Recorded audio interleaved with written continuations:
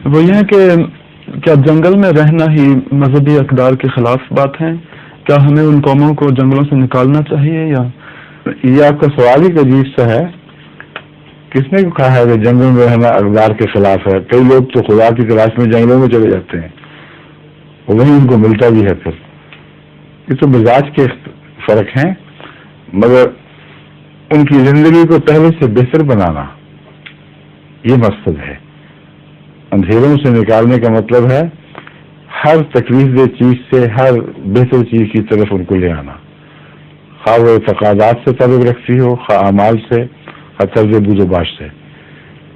تو جب ان کو آپ بہتری کے سامان کریں گے تو لازماً اس کے نتیجے میں کچھ وہ اندھیروں میں رہنے کے عادی لوگوں کو کچھ روشنی میں رہنے کی عادت بھی ڈالیں گے.